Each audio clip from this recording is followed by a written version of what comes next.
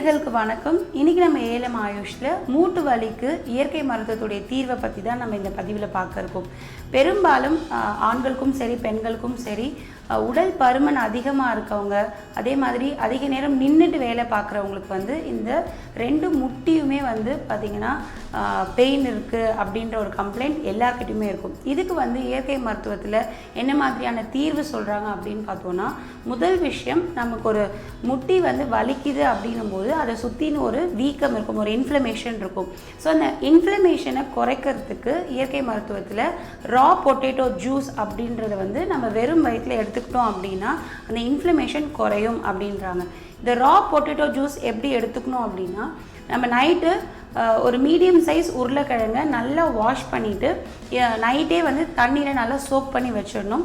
Next day morning அந்த ஊற வச்ச அந்த உருளைக்கிழங்கை வித் ஸ்கின்னோட நீங்கள் குட்டி குட்டியாக சாப் பண்ணி மிக்சியில் போட்டு அரைச்சி வடிகட்டினீங்க அப்படின்னா ஒரு 1/4 ஒரு அரை டம்ளர் நமக்கு ஒரு உருளைக்கிழங்கு ஜூஸ் கிடைக்கும்.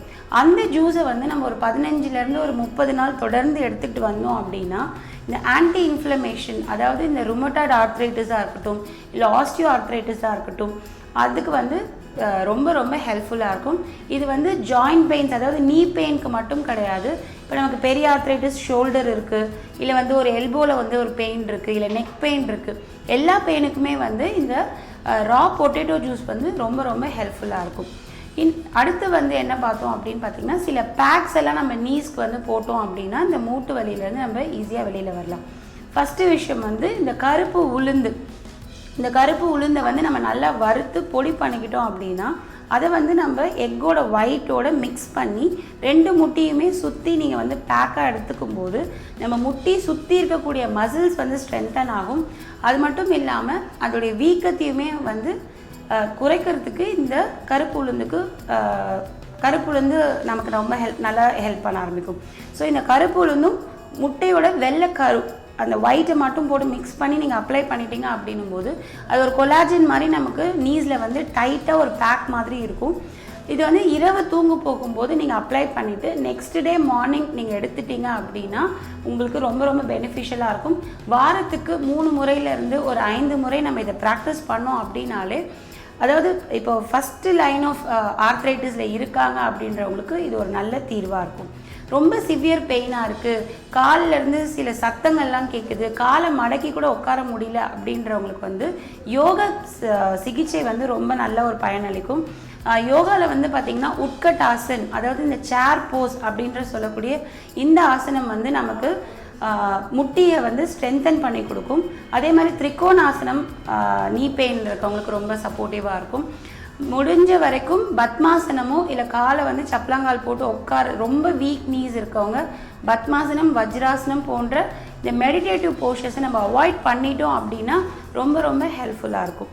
4வது விஷயம் என்ன அப்படின்னு பார்த்தோன்னா, ஆல்டர்னேட்டிவ் ஹாட் அண்ட் கோல்டு பாத் அப்படின்னு சொல்லுவோம். அதாவது சுடு தண்ணி ஒத்தரம் ஒரு 5 நிமிஷம் கொடுத்தீங்க அப்படின்னா ஃபாலோடு பை ஒரு 5 நிமிஷம் நம்ம ஐஸ் பேக்ஸ் கொடுத்துக்கிட்டே வரணும்.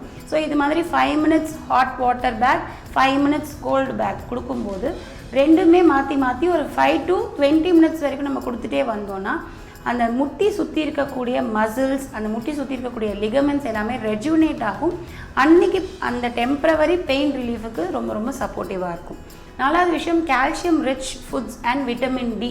ஸோ நமக்கு உடம்புல கால்சியம் பைண்ட் ஆகணும் அப்படின்னாலே நமக்கு விட்டமின் டியும் தேவைப்படும். ஸோ அதனால் கருவேப்பிலை, கேழ்வரகு, சோயா, இது மாதிரி கால்சியம் சத்து அதிகமாக இருக்கக்கூடிய ஃபுட்ஸை நம்ம எடுத்துக்க ஆரம்பிக்கணும். கூடவே நமக்கு சூரிய ஒளியோடைய எக்ஸ்போஷர் கண்டிப்பாக வேணும். ஸோ முட்டியை மட்டும் நீங்கள் லைட்டாக தேங்காய் எண்ணெயோ ஒரு நல்லெண்ணெயோ தடவிக்கிட்டு ஒரு 20 to 45 நிமிஷம் வரைக்கும் நீங்கள் டைரெக்டாக சன்லைட்டில் உங்களுடைய முட்டியோ இல்லை இடுப்பு இல்லை ஷோல்டர் எங்கே நமக்கு ப்ராப்ளம் இருந்தாலும் அதை டைரெக்டாக சன்லைட்டுக்கு நம்ம காட்டும்போது நமக்கு ஸ்கின்லேயே நமக்கு அந்த விட்டமின் டியோடைய சிந்தசிஸ் ஸ்டார்ட் ஆக ஆரம்பிக்கும். இன்டர்னலாக நம்ம கால்சியம் எடுத்துக்கும் போது நம்மளுடைய எல்லா ஜாயின்ஸுமே ஸ்ட்ரென்தனாக இருக்கும். ஸோ நான் சொன்ன இந்த குறிப்புகள் எல்லாம் உங்களுக்கு ரொம்ப பயனுள்ளதாக இருக்கும்னு நினைக்கிறேன். வேறொரு மருத்துவ தகவலோடு உங்களை மீண்டும் சந்திக்கிறேன். நன்றி, வணக்கம்.